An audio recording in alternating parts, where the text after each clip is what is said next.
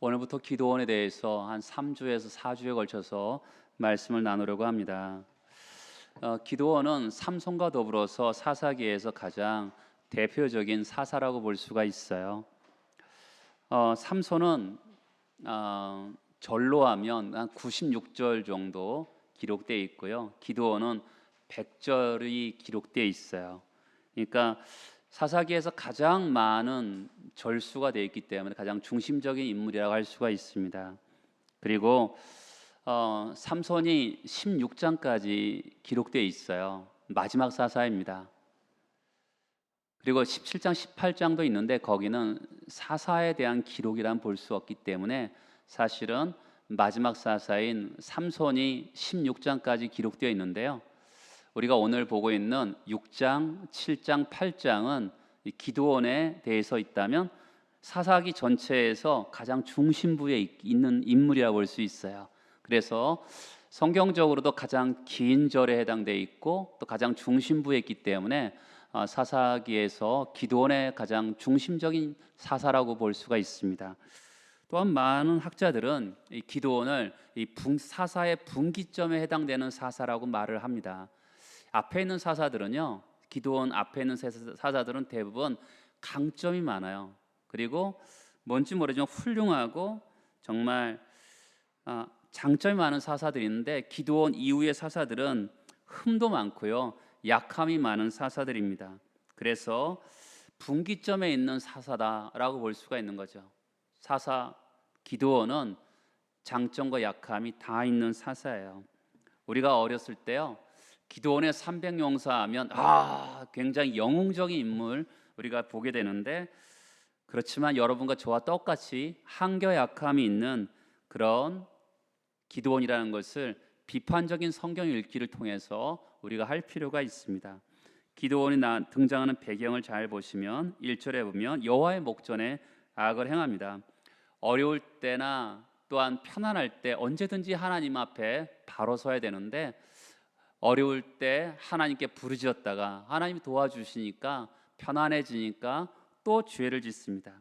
사람들이 왜 죄를 짓는지 아시죠? 죄를 지으면 짓고 나면 후회함이 찾아와요.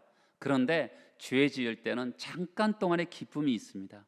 그래서 사람들이 죄를 짓는 거예요. 사람들이 죄를 자꾸만 어리석게 선택하니까 하나님께서 징계하시죠. 징계하시는데 미디안 백성들을 통해서 징계하세요. 미디안 백성은 유목 민족입니다. 한 곳에 거주하는 민족이 아니라 이동하는 민족이었어요. 근데 이 민족이 7년을 다스려요.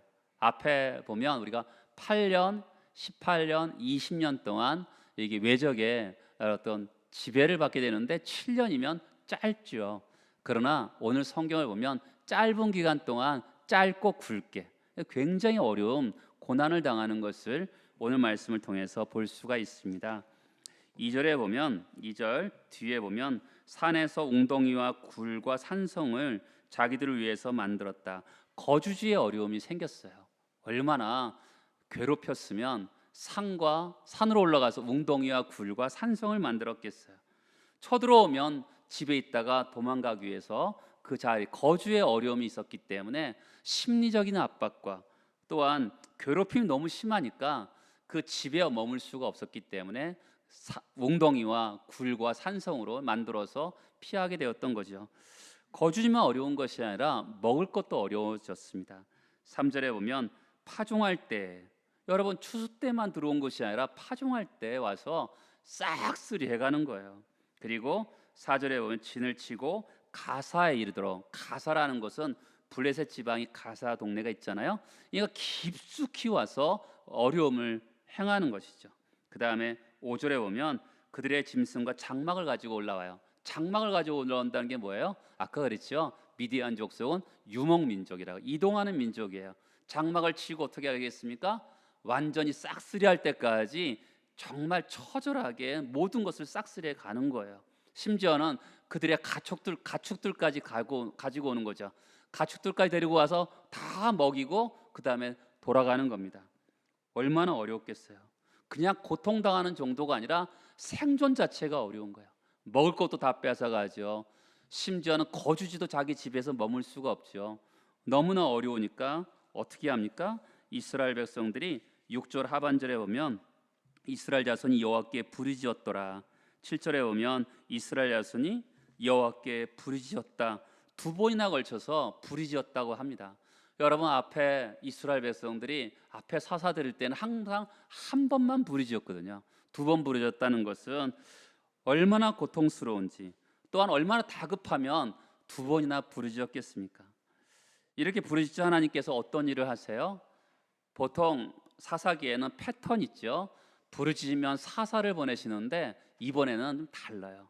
선지자를 보내요. 하나님은 때로는 사사기에 보면 또 다른 패턴을 주는데 선지자를 보내. 왜 선지자를 보냈을까요? 계속적으로 세 번이나 어려움이 생겼는데도 부르짖으면서 사사를 보냈는데 그들이 또 죄를 지으니까 이들이 어떤 잘못이 있는지 잘 모르나 보다라고 생각하셨는지 선지자를 보내서 그들에게 깨닫게 하세요. 내가 너희들을 애굽에서 건져내지 않았느냐? 그런데 너희들이 왜 죄를 짓느냐? 이러면서 10절 마지막 분에 보면 너희가 내 목소리를 듣지 아니하느니라. 이스라엘의 죄의 제일 핵심 뭐냐면 하나님 말씀을 청종하지 않는 거거든요. 여러분, 많은 성도들은요 믿음으로 살기 어렵다 그래요. 저도 부분적으로는 믿음으로 살기 어렵다는 것을 인정합니다. 그러나 하나님 말씀대로 살기 싫어하는 본성이 우리에 있거든요. 하나님의 말씀을 살아내기를 싫어하는 본성을 합리화하는 말로는 안 되는 것이죠. 하나님의 음성을 듣고 하나님 말씀을 귀 기울여 듣는 것이 신앙의 꽃봉오리거든요. 신앙의 핵심이 뭐예요? 하나님 말씀을 듣고 순종하는 겁니다. 어느 분이 저희 교회에 오셔서 예전에 교회 있을 때 목사님이 설교만 하시면 순종하십시오, 순종하십시오, 아주 지긋지긋하다고 말씀만 들은 적이 있어요. 여러분, 그분은요 정말 신앙의 핵심을 모르는 거죠. 신앙의 핵심은 뭐예요? 신앙의 핵심은 하나님 말씀을 듣고 순종했더니 정말 하나님이 살아계셨구나 라는 것을 경험하는 것이 순종의 능력인데 그분은 아마도 하나님의 살아계심을 경험하지 못했을 거예요. 왜냐하면 순종이 지긋지긋하면 어떻게 하나님의 살아계심을 경험하겠습니까? 여러분, 지금도 마찬가지예요. 우리가 하나님 말씀을 정말 하나님이 보이지 않잖아요. 보이지 않는 하나님을 우리가 어떻게 만날 수가 있습니까? 그 말씀을 믿고서 정말 그 말씀대로 한번 살아봤더니 정말 그대로 되더라. 그럴 때 예수 믿는 맛이 나는 거 아니겠습니까? 그런데 이스라엘 백성들이 죄를 지었는데 하나님 말씀에 청종하지 않고 순종하지 않았던 것이죠. 그것을 선지자를 통해서 죄를 깨닫게 하십니다. 부르짖자 선지자를 통해서 죄를 깨닫게 하고 이어서 사사를 보내십니다. 누구를 보내시냐면 기드온을 보내시죠. 기드온의 300용사를 떠올리는 아주 위대한 기드온을 보내십니다. 저는 오늘 여러분들과 같이 어떤 기드온이 어떤 인물인가, 사실은 여러분 성경은 인간이 중심 인물이 되어서는 안 되는 거죠. 하나님이 중심 인물이 되어야 되는 것이죠. 오늘 말씀은요 하나님이 말씀하시고 기드온이 질문하고 하나님 말씀하시고 기드온이 질문하고 이런 패턴으로 되어 있어요. 그러면서 하나님이 어떤 분이신가를 알 필요가 있거든요. 하나님이 어떤 분이실까요? 어떤 교회에서 성경 공부 시간에 선생님께서 하나님은 아버지 같은 분이야 이랬더니 그 한 학생이 막 울먹울먹하면서 우는 거예요. 왜 우니 하니까 하나님이 아버지 같다 하니까 너무 싫은 거예요. 왜냐하면 아버지가 술 먹고 들어와서 12시에 들어와서 자는 애 때리고 그런 아버지라 그러면 너무 싫은 거잖아요. 오늘 하나님 모습은 생각보다 부정적인 모습이 많습니다. 미국에 있는 어떤 교회학교 아이들을 상대로 조사해 봤더니 하나님이 경찰관 같다고 생각하는 아이들이 굉장히 많았다 그래요. 여러분, 경찰관은 어떻죠? 잘못한 사람을 추적해서 혼을 내주고 딱지를 떼고 감옥에 집어넣는 사람이 경찰관 아니겠습니까? 하나님을 굉장히 잘못된 모습을 가지면 어떻게 하죠? 하나님이 경찰관 같다면 어때요? 하나님을 가까이 하기 어렵잖아요. 하나님이 왜냐하면 맨날 하나님이 두렵고 무섭기 때문에 그렇습니다. 여러분, 성경을 읽어보면 하나님 따뜻하고 사랑이 많으시고 자비가 많으신 분이시죠. 다가갈 때 우리가 따뜻하게 하시고 그래야지 하나님 앞에 다가가지 않겠어요? 하나님께 부르짖고 나에게 만날 때마다 평화를 주시는 그분을 경험해야 되는 것이죠. 오늘 여러분들은 제가 말씀을 전할 때 누구를 중심으로 해서 읽어야 되는 거죠? 하나님을 중심으로 해서 하나님은 어떤 분인가 우리가 오늘 말씀을 통해서 경험할 필요가 있습니다. 자, 하나님 사사가 등장하는데 지금 미디안의 공격을 받아서 어렵잖아요. 그러면 소설에 보고 영화에 보는 로빈 훗처럼 정말 사람들을 칼 쓰는 연습을 가르치고 활 쏘는 연습을 가르치는 가운데 하나님 등장하면 얼마나 멋있겠어요. 소설에 나오는 것처럼 임꺽정처럼 어려운 사람들 쌀 갖다 주다가 하나님의 부르심을 받으면 얼마나 멋있겠어요. 근데 기드온은 어떻게 등장하냐면 11절 뒤에 보면 그가 밀을 포도주 틀에서 타작하다가 하나님을 만나게 됩니다. 영웅의 등장치고는 생뚱맞습니다. 여러분, 밀을 어디서 타작을 해요? 포도주 틀에서 타작해요. 밀은 어디서 타작하냐면 높은 데서 넓은 데서 한대요. 저도 농사를 안 지니까 잘 모르죠. 그렇지만 어떻든 밀은 높은 데서 넓은 데서, 왜냐하면 바람에 의해서 겨도 날아가지고 그렇기 때문에 넓은 데서 해야 된대요. 근데 밀을 어디서 타작해요? 포도주 틀. 포도주는요 거기에 이물질이 들어가거나 먼지가 들어가면 안 되기 때문에 낮고 좁게 만들어져 있다 그럽니다. 그러니까 포도를 밟으면 밑으로 내려가서 포도주가 되는 그런 시스템인데 낮은 곳에 돼 있어요. 그리고 집 뒤편에 주로 포도주 틀이 있거든요.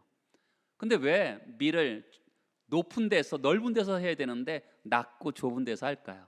그것은 미디안 사람들이 빼앗아갈 것을 두려워해서 이곳에서 타작하는 것이죠. 여호와 사자가 찾아왔어요. 12절에 보면 큰 용사 여호와께서 너와 함께 하시도다. 큰 용사예요. 우리 7장에서부터 이렇게 다루다 보면 큰 용사와 아무 관계가 없어요. 기드온은 소심하고요, 돌다리도 두드리면서 가고 아주 섬세하고 자신감이 별로 없는 그런 사람이었습니다. 그런데 하나님께서 큰 용사라고 이렇게 말을 합니다. 결국 어떻게 하신다는 거죠? 하나님이 큰 용사로 빚어가신다는 거죠. 성경에 보면 시몬에게 찾아오셔서 너는 장차 게바가 되리라. 게바는 베드로거든요.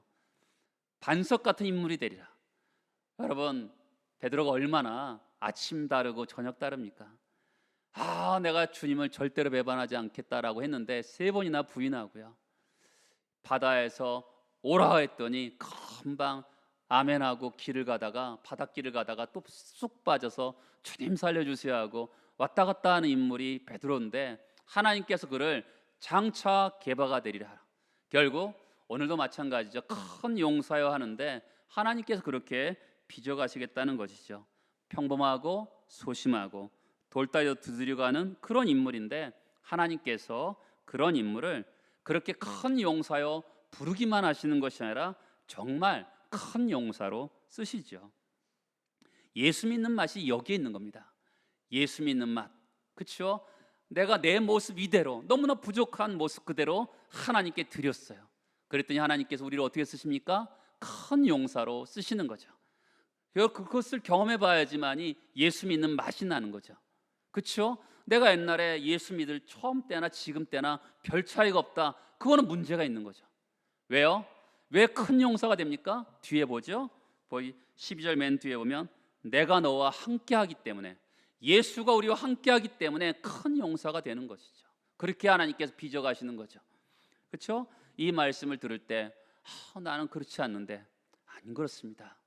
여러분, 예수가 우리와 함께 하시면 우리가 비록 소심하고 연약하고 정말 부족한 인간이지만 하나님께서 우리를 큰 용사로 빚어가시는 거죠. 그런 눈이 있죠. 하나님은 그런 눈이 있잖아요. 미켈란젤로가 어느 큰 돌을 봤는데 다윗이 걸어 나온도다. 누가 보더라도 미친놈이죠. 돌덩이에 무슨 다윗이 있어요. 근데 정말 그가 조각내고 이랬더니 정말 다비드상이 되잖아요. 그런 것처럼 하나님께서 우리의 가능성을 보시는 거죠.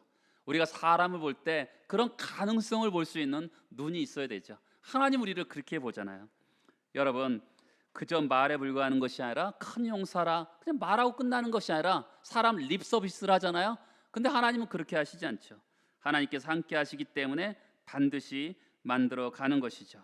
세상은요, 그 사람이 어떤 기질이나 자질이나 능력이나 어느 학교 나오고 어떤 가문이고 어떤 능력을 갖춰야지만이 큰 용사라고 될 수가 생각하는데, 그런 거 아무 관계없이, 그렇죠? 하나님이 쓰시기만 하면, 하나님이 함께 하시기만 하면 그런 큰 용사가 되는 영광이 우리에게 있게 되는 것입니다.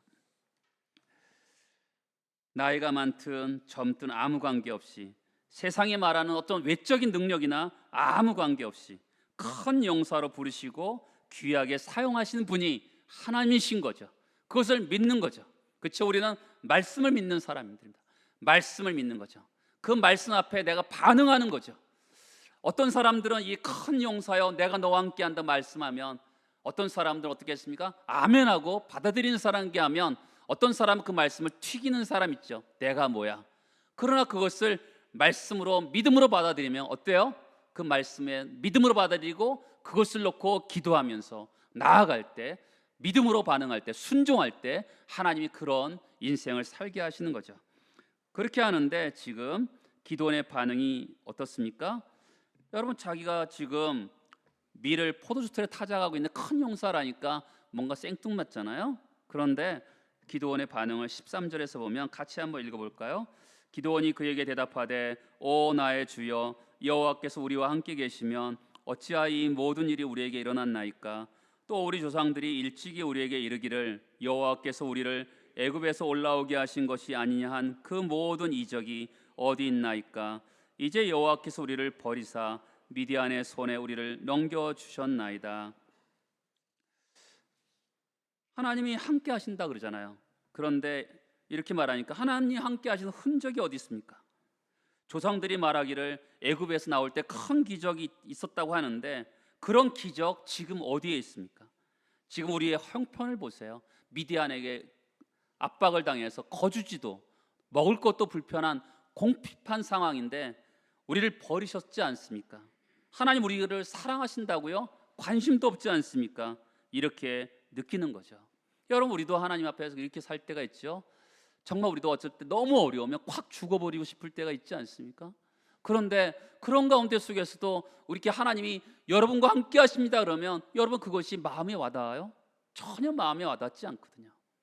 내 생활은 너무나 어려운데 하나님이 여러분과 함께 하십니다. 무슨 마음이 와닿겠어요? 그러니까 지금 기도원이 불평을 하고 있는 거예요. 하나님, 이런 어려움이 있는데 무슨 나와 함께 하신다고 말하는 겁니까? 기적과 역사도 없고요, 하나님이 나를 사랑하신다고요? 관심도 없는 것 같습니다. 그 불평에 대해서 하나님이 어떻게 대하십니까? 14절에 오면 또 같이 읽어보겠습니다. 여호와께서 그를 향하여 이르시되, 첫 번째가 그를 향하여 이르시고, 두 번째는 너는 가서 너의 힘으로 이스라엘 미디안의 손에서 구원하라. 세 번째는 내가 너를 보낸 것이 아니냐. 소명을 주는데요, 지금 첫 번째가 저는 개인적 은혜를 받았어요. 뭐냐면 그를 향하여 이르시되. 여러분, 지금 기도원은 계속 불평을 하고 있어요. 하나님이 나와 함께 하십니다, 너와 함께 하신다 했더니 무슨 함께 하시는 게 뭡니까? 이런 어려움을 당하는데 무슨 함께 하시는 게 있어요? 불평을 하고 있는 거죠. 그러면 여러분도 우리 사람들하고 대화하잖아요. 대화할 때 보면 자꾸만 내가 좋은 말하고 좋은 말 하는데 상대방이 자꾸만 튀겨요. 그럼 어떻게 하겠어요? 우리가 어떤 눈빛을 갖겠어요? 화 좀 나겠죠. 근데 하나님은 그를 향하여 이르시되, 이 표현은 뭐냐면 바로 그를 연민의 정으로 바라보고 있다라는 거거든요. 불평할 때, 그러니까 하나님은 어떤 불평도 받아주시는 분이라는 것을 그를 향하여 이르시되 이 표현에 있는 거예요. 두 번째는 너에게 있는 그 힘을 가지고 가라. 어떤 더 큰 힘이 아니라 지금 미디안의 공격에 대해서 어려움을 당하고 있잖아요. 하나님 나에게 더 큰 힘을 주세요라고 기도하는 것이 아니라 너에게 지금 힘을 줬다. 그 힘을 가지고 가라. 너가 그 힘을 가지고 회사를 일으키라. 너가 있는 힘을 가지고 교회를 부흥시켜라. 너가 있는 힘을 가지고 가정을 일으키라. 이렇게 말씀하고 있는 거죠. 세 번째는 뭡니까? 내가 친히 너를 보낸다. 지금 성공과 실패는 기도원에게 있는 것이 아니라 하나님에게 있는 거죠. 우리가 보냄받은 자로서 뜻을 수행하는 것입니다. 하나님, 저에게 무슨 힘이 있습니까? 다시 한번 말씀드리지만 오늘 성경에서 그 힘은 내가 너와 함께한다라는 거예요. 하나님이 함께하기 때문에 그것이 너의 힘이다. 그 힘을 가지고 가라. 이렇게 말씀하고 있는 것이죠. 성경에 보면 시편을 보면 황당할 때가 많아요. 어쩔 때 보면 원수를 망하게 해달라고 기도하고요. 그렇게 성경을 읽으면 나는 어떻게 기도해야 되지? 막 헷갈릴 때가 참 있어요. 근데 성경의 그런 기록을 읽을 때마다 하나님은 인간의 어떤 불평도 들으시는 그런 분, 그러면서 문제를 해결하신 분이라는 것을 알 수가 있어요. 여러분, 하나님 앞에서 우리는 정답을 가지고 있을 때가 있어요. 그렇죠? 사회적으로 만나면 우리가 어떤 사람을 만날 때 옷을 이렇게 입어야 되고 어떤 표정을 가져야 되고 어떤 모습을 가져야 되고 그러면 것처럼 하나님 앞에 섰을 때도 어떤 답을 가지고 하나님 앞에 서려 그래요. 하나님 앞에 서면 이런 모습을 가지고 하나님 이뻐하시겠지, 이렇게 말을 하면 이뻐하겠지. 여러분, 그러면 하나님이 우리 성품을 모르시겠어요? 다 아시는데 우리가 꼭 그런 모습을 해야지만 하나님 들으실까요? 아니죠. 하나님은 지금 기드온의 그 모습 그대로, 불평하는 모습 그대로 하나님 앞에 나아갔더니 하나님 계속적으로 반응하시는 것을 보게 돼요. 자, 소명을 주니까 기드온이 정상적으로 가면 어떻게 되죠? 한번 가볼까? 이래야 되는데 그의 기질이 나옵니다. 15절을 보면 또 읽어보겠습니다. 그러나 기드온이 그에게 대답하여되 오 주여, 내가 무엇으로 이스라엘을 구원하리이까? 보소서, 나의 집은 므낫세 중에 극히 약하고 나는 내 아버지 집에서 가장 작은 자니이다. 소명을 불었잖아요. 모세가 하나님의 부르심을 받을 때 어떻게 해요? 하나님, 나는 입술이 둔한 자입니다. 하나님, 보낼 만한 자를 보내달라고. 어떻게 보면 경건한 두려움이 있어요.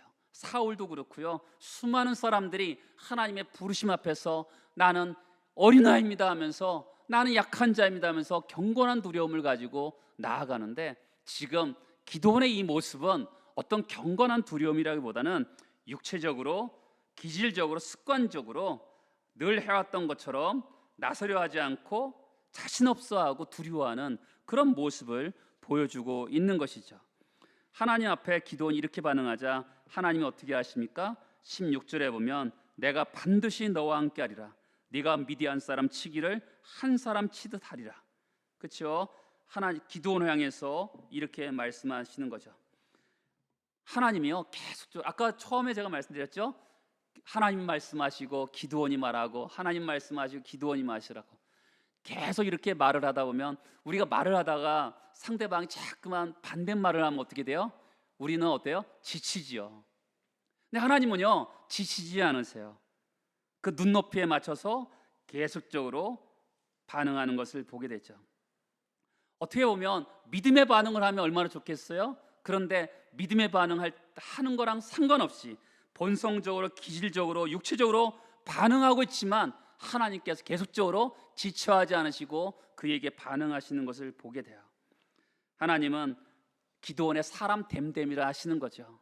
사람을 아시는 거예요.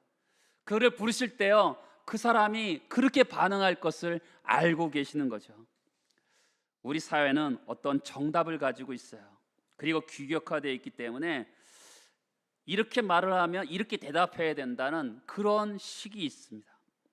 근데 하나님께서 어떻게 해요? 지금 몇 번 노력하셨잖아요. 말씀하시고 또 반응하고 말씀하고 야, 너 안 되겠다, 멤버 체인지, 새로운 사사를 세워야 되겠다, 이러지 않으시고요. 하나님은 계속적으로 맞추어 가시죠. 그렇죠? 기드온에게 정답을 요구하고 있지 않아요. 믿음의 사람은 이래야 된다라고 정답을 요구하고 있지 않고요. 기드온의 됨됨이라 하시고 그가 많은 과정을 거쳐서 결국에는 사사가 될 것이라는 것을 알고 계시는 거죠. 그렇죠? 그것을 알고서 기다리는 거예요. 하나님은 사람을 부르실 때 획일적으로 부르시지 않으세요. 어떤 기준을 가지고 그런 외적인 기준이 있어야 된다고 생각하고 부르시는 것이 아니라 하나님은 그의 모습 그대로 부르시는 거죠. 이런 과정을 거쳐야 된다는 것을 알고서 부르시는 거죠.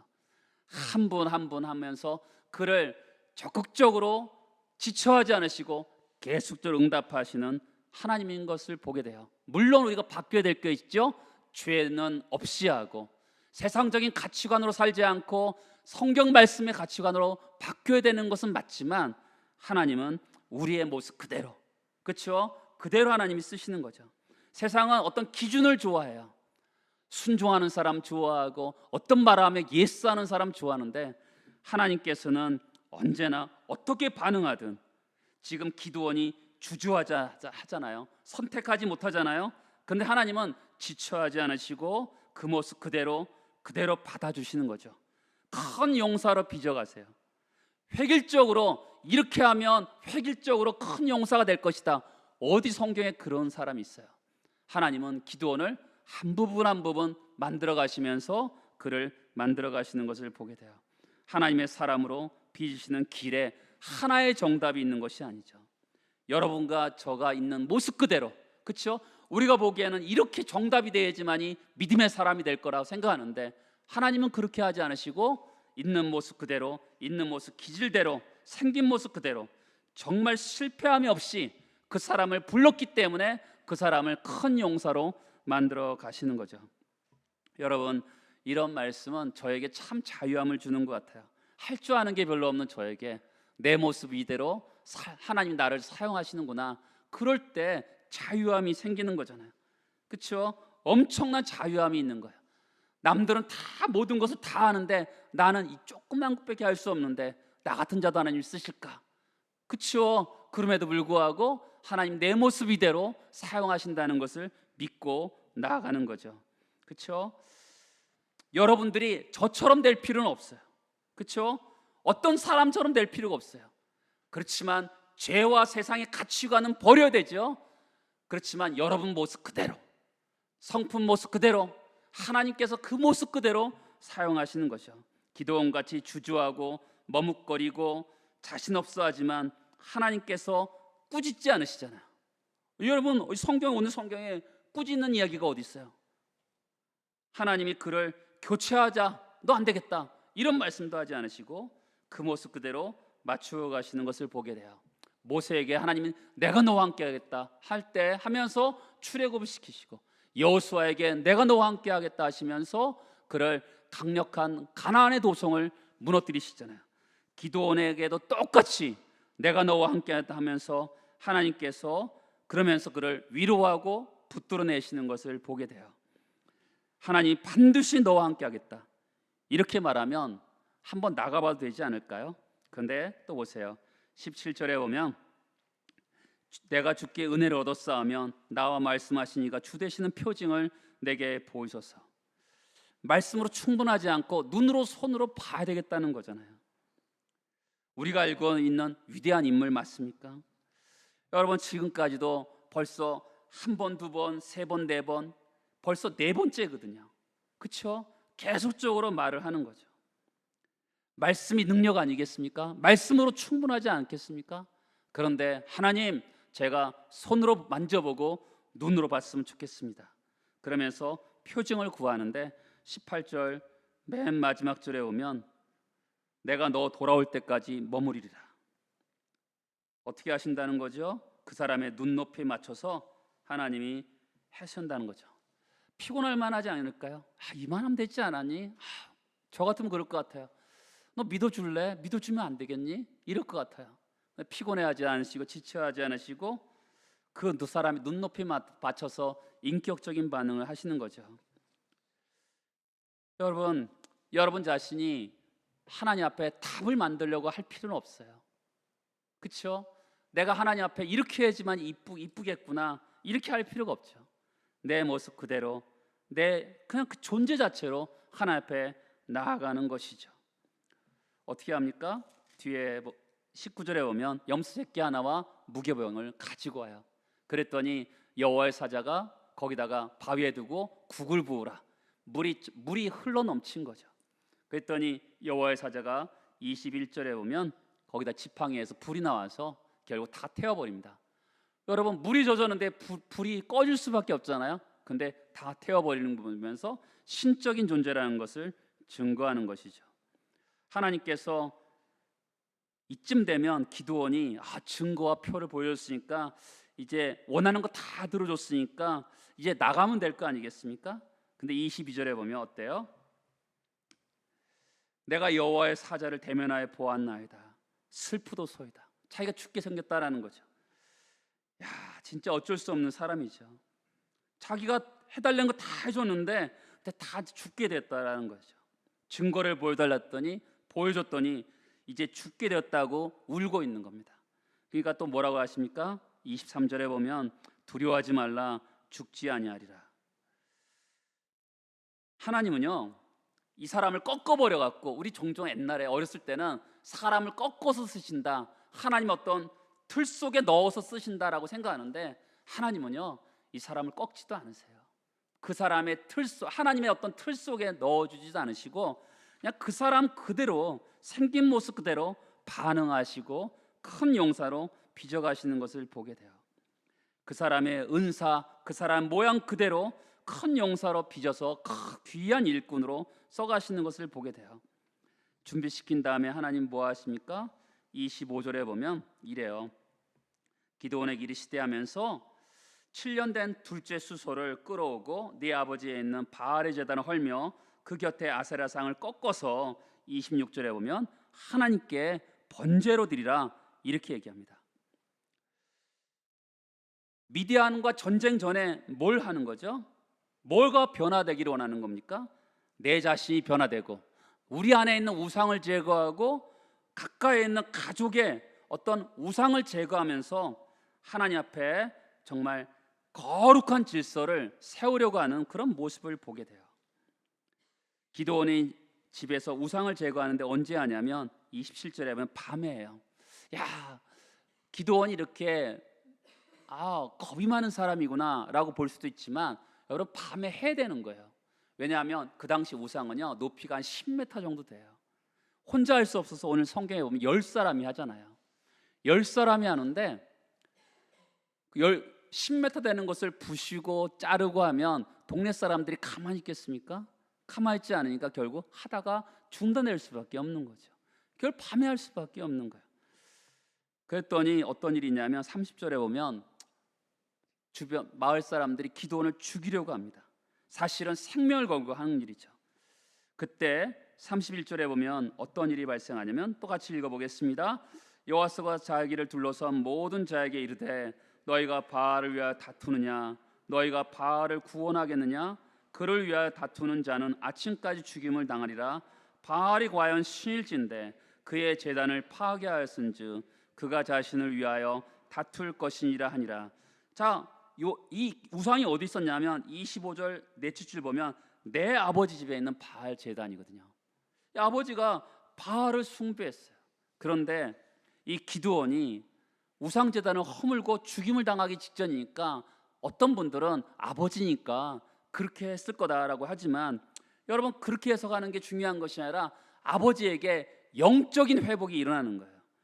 우상과 타협하고 자기 집에서 우상을 숭배했던 그 아버지가 기드온을 보면서 믿음을 회복하면서 하나님 편에 서는 그런 모습을 보게 되는 거죠. 여러분 이런 말씀을 읽을 때 하나님의 말씀을 통해 위로를 받게 돼요.